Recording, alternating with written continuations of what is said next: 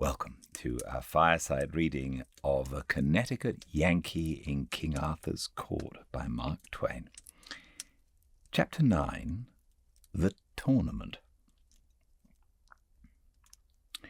They were always having grand tournaments there at Camelot, and very stirring and picturesque and ridiculous human bullfights they were too, but just a little wearisome to the practical mind. However, I was generally on hand, for two reasons. A man must not hold himself aloof from the things which his friends and his community have at heart, if he would be liked, especially as a statesman. And both as a businessman and statesman, I wanted to study the tournament and see if I couldn't invent an improvement on it. That reminds me to remark in passing that the very first official thing I did in my administration, and it was on the very first day of it too, was to start a patent office. For I knew that a country without a patent office and good patent laws was just a crab and couldn't travel any way but sideways or backwards. Things ran along, a tournament nearly every week, and now and then the boys used to want me to take a hand. I mean, Sir Lancelot and the rest, but I said I would by and by. No hurry yet, and too much government machinery to oil up and set to rights and start it going. We had one tournament which was continued from day to day during more than a week, and as many as 500 knights took part in it from first to last. They were weeks gathering. They came on horseback from everywhere, from the very ends of the country, and even from beyond the sea, and many brought ladies, and all brought squires and troops of servants. It was a most gaudy and gorgeous crowd as to costumery, and very characteristic of the country and the time in the way of high animal spirits, innocent indecencies of language, and happy-hearted indifference to morals. It was fight or look on all day and every day, and sing, gamble, dance, carouse half the night, every night. They had a most noble good time. You never saw such people. Those banks of beautiful ladies, shining in their barbaric splendors, would see a knight sprawl from his horse in the lists with a lance shaft the thickness of your ankle clean through him, and the blood spouting, and instead of fainting they would clap their hands and crowd each other for a better view. Only sometimes one would dive into her handkerchief and look ostentatiously broken-hearted, and then you could lay 2 to 1 that there was a scandal there somewhere, and she was afraid the public hadn't found it out. The noise at night would have been annoying to me ordinarily, but I didn't mind it in the present circumstances, because it kept me from hearing the quacks detaching legs and arms from the day's cripples. They ruined an uncommon good old cross-cut sore for me, and broke the sawbuck too, but I let it pass. And as for my axe, well, I made up my mind that the next time I lent an axe to a surgeon, I would pick my century. I not only watched this tournament from day to day, but detailed an intelligent priest from my Department of Public Morals and Agriculture, and ordered him to report it, for it was my purpose by and by, when I should have gotten the people along far enough, to start a newspaper. The first thing you want in a new country is a patent office, then work up your school system, and after that, out with your paper. A newspaper has its faults, and plenty of them, but no matter, it's hark from the tomb for a dead nation, and don't you forget it. You can't resurrect a dead nation without it. There isn't a way. So I wanted to sample things and be finding out what sort of reporter material I might be able to rake together out of the 6th century. Well, the priest did very well, considering. He got in all the details, and that's a good thing in a local item. You see, he had kept books for the undertaker department of his church when he was younger, and there, the money's in the details. The more details, the more swag. Bearers, mutes, candles, prayers, everything counts. And if the bereaved don't buy prayers enough, you mark up your candles with a forked pencil and your bill shows up all right. And he had a good knack at getting in the complimentary thing here and there about a night that was likely to advertise. No, I mean a night that had influence. And he also had a neat gift of exaggeration, for in his time he had kept door for a pious hermit who lived in a sty and worked miracles.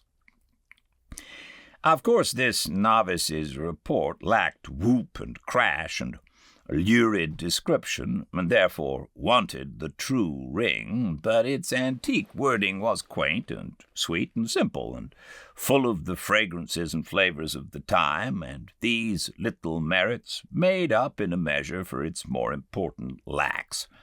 Here is an extract from it.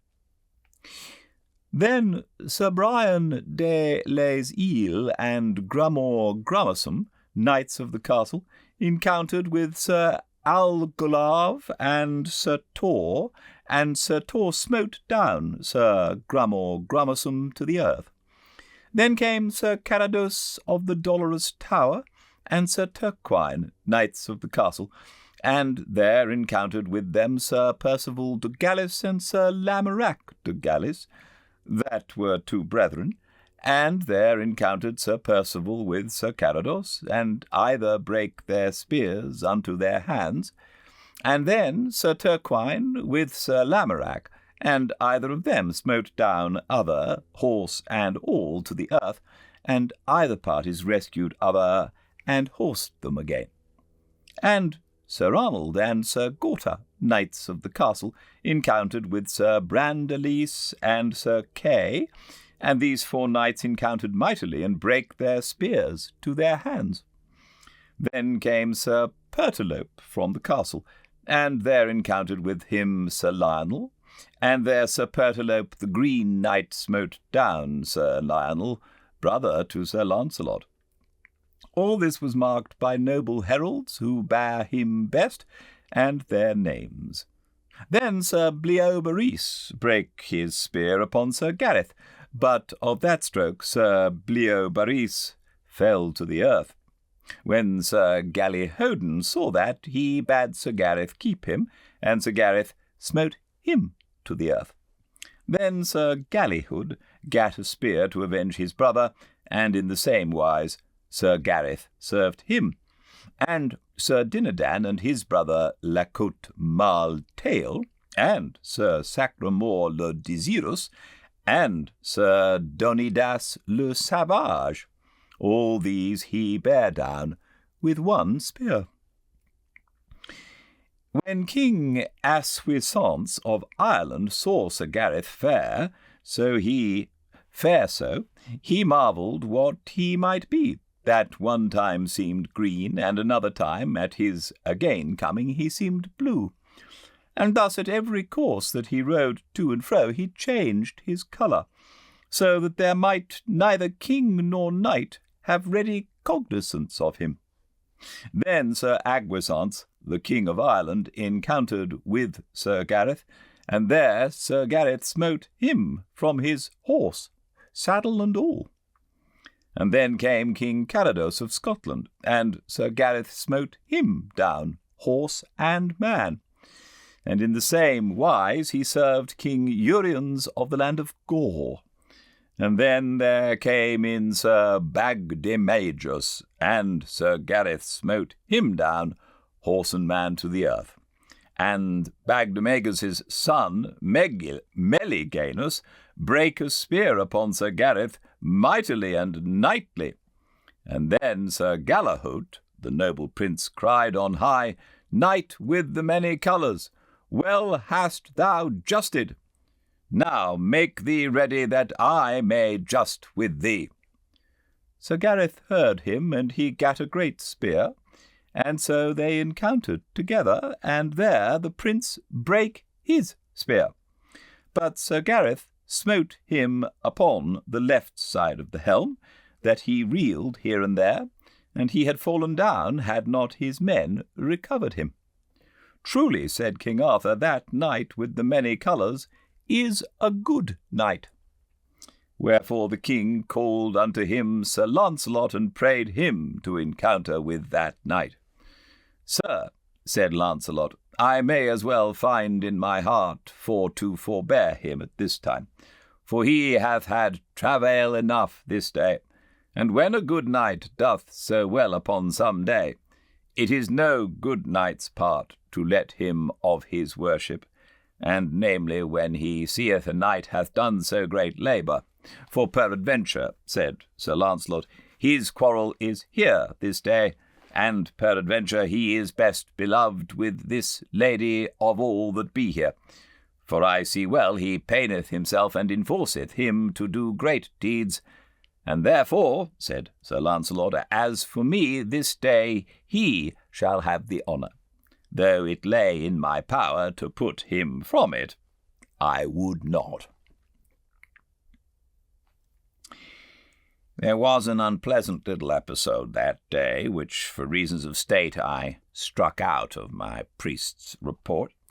You will have noticed that Gary was doing some great fighting in the engagement. When I say Gary, I mean Sir Gareth. Gary was my private pet name for him. It suggests that I had a deep affection for him, and that was the case. But it was a private pet name only, and never spoken aloud to anyone, much less to him.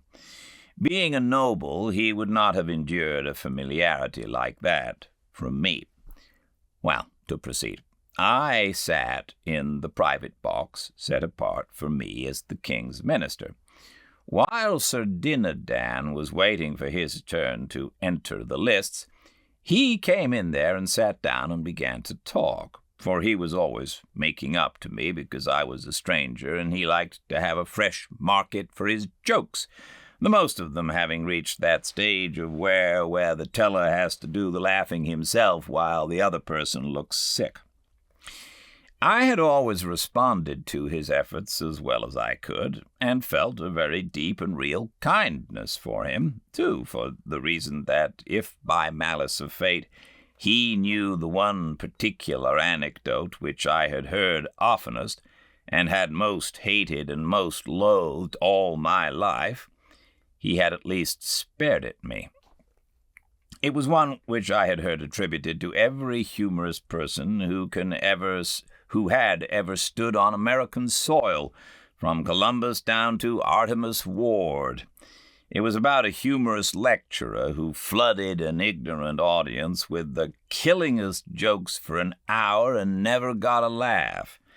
And then, when he was leaving, some gray simpletons wrung him gratefully by the hand and said it had been the funniest thing they had ever heard, and it was all they could do to keep from laughing right out in meetin'. That anecdote never saw the day that is worth the telling, and yet I had sat under the telling of it hundreds and thousands and millions and billions of times, and cried and cursed all the way through. Then who can hope to know what my feelings were to hear this armor-plated ass start in on it again in the murky twilight of tradition, before the dawn of history, while even Lactantius might be referred to as the late Lactantius, and the Crusades wouldn't be born for 500 years yet? Just as he finished, the call-boy came, so, haw-hawing like a demon, he went rattling and clanking out like a crate of loose castings, and I knew nothing more. It was some minutes before I came to, and then I opened my eyes just in time to see Sir Gareth fetch him an awful welt, and I unconsciously out with the prayer, I hope to gracious he's killed." But by ill luck, before I had got half through with the words, Sir Gareth crashed into Sir Sagramore le Desirous and sent him thundering over his horse's crupper. And Sir Sagramore caught my remark and thought I meant it to him. Well, whenever one of those people got a thing into his head, there was no getting it out again. I knew that, so I saved my breath and offered no explanations. As soon as Sir Sagramore got well, he notified me that there was a little account to settle between us, and he named a day 3 or 4 years in the future, place of settlement, the lists where the offense had been given. I said I would be ready when he got back. You see, he was going for the Holy Grail. The boys all took a flyer at the Holy Grail now and then. It was a several years cruise. They always put in the long absence snooping around in the most conscientious way, though none of them had any idea where the Holy Grail really was, and I don't think any of them actually expected to find it, or would have known what to do with it if they'd run across it. You see, it was just the Northwest Passage of that day, as you may say. That was all. Every year expeditions went out Holy Grailing, and next year relief expeditions went out to hunt for them. There was worlds of reputation in it, but no money. Why they actually wanted me to put in, well, I should smile.